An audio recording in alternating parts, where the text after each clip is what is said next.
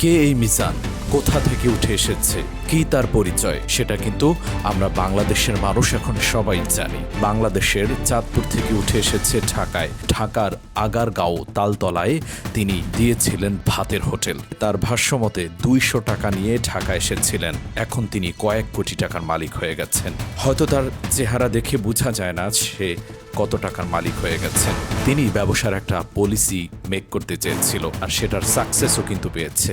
হঠাৎ করে তিনি একটা ব্যবসার পলিসি খুলে বসলেন। সেটা ফুটপাতে ভাতের হোটেল দিলেন। 100 টাকার বিনিময়ে বুফে খাবার।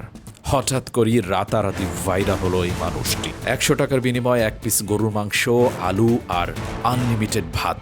ফুটপাতে এই ব্যবসা শুরু করতেই তিনি ভাইরাল হয়ে গেলেন। বাংলাদেশের দূর দূরান্ত থেকে ছুটে এসেছে এই খাবার খেতে। 100 টাকার খাবার খেতে 300 টাকা ভাড়া দিয়েও মানুষ এসেছিল। মানুষ আসছে তার হোটেলে খাবার খেতে। আপনি যেই কাম করবেন, আপনি যেই গাছের দানা রইবেন, এই গাছই আপনার কর্মের ফল আপনি পাইবেন। আমি যেই কর্ম করি, আমার কর্মের ফল আমি পাব। এর ভিতরে যদি হাজার হাজার কুত্তো যদি আমার হিসে লাগে, মিজানের এক চুল পরিমাণ ক্ষতি করতে পারবো না। কি এমন আছে এই 100 টাকার খাবারের মধ্যে?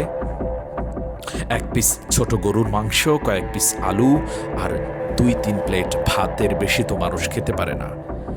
এই ব্যবসার এই পলিসিটা শিখে মানুষদেরকে তার কাছে টেনে নিয়েছে, আর এখান থেকে মানুষের কাছ থেকে হাজার হাজার লক্ষ লক্ষ টাকা হাতিয়ে নিয়েছে।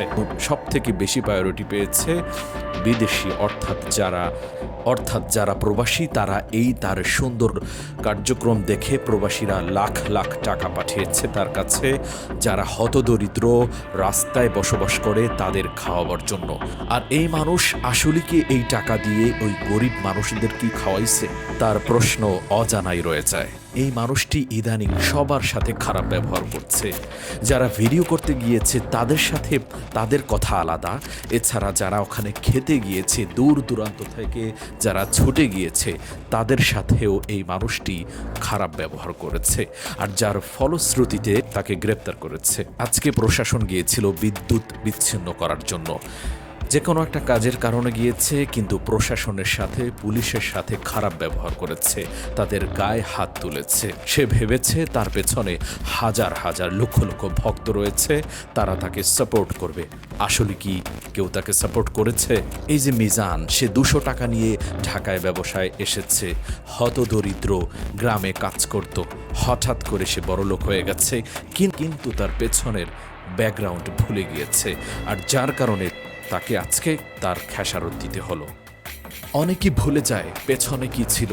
হঠাৎ করে যখন আঙুল ফুলে কলা গাছ হয়ে যায়, তখন তার পেছনের স্মৃতি, পেছনের ব্যাকগ্রাউন্ড ভুলে যায় তার সেই পেছনের কথা। এই মিজান ভাতের হোটেল দিয়ে লাখ লাখ টাকা হাতিয়ে নিয়েছে।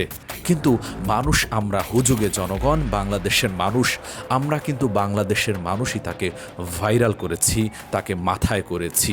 এর একটাই কারণ, 100 টাকার বিনিময়ে তিনি খাবার খাওয়াচ্ছেন। 100 টাকাও কিন্তু কম নয়। কিন্তু আমরা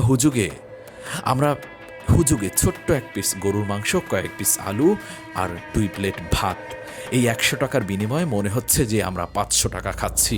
তাই 300 টাকার ভাড়া দিয়ে 100 টাকার খাবার খেতে আসছি। আসলেই আমাদের বাংলাদেশের মানুষ হুজুগে, এবং অনেক মানুষরে আমরা নিজেরাই ভাইরাল করে মাথার উপরে উঠাই, এবং তারা কোটি কোটি টাকা ইনকাম করে, এবং এরপরে তারা মাথার উপরে তাকে উঠালো, তাদেরকে ফেলে ছুঁড়ে দেয়, তাদের সাথে খারাপ ব্যবহার করে, আর যার কারণে একদিন না একদিন দুর্দশা চলে আসে। এই মিজান অনেক মানুষকে আঘাত করেছে, সেটা আমরা অনেক জায়গায় দেখেছি, এবং সবার সাথেই খারাপ ব্যবহার করেছে। বেড়ে যাওয়া ভালো, অতি বাড়া ভালো না। তাই আসুন, আমাদের পেছনের ব্যাকগ্রাউন্ড, যারা যেখানেই থাকি না কেন, যে অবস্থায় থাকি না কেন, পেছনের ব্যাকগ্রাউন্ডটা মনে রাখি। আপনাকে জনগণ মাথার উপরে উঠিয়েছে মিজান ভাই, আবার জনগণই আপনাকে টেনে নিচে নামিয়েছে।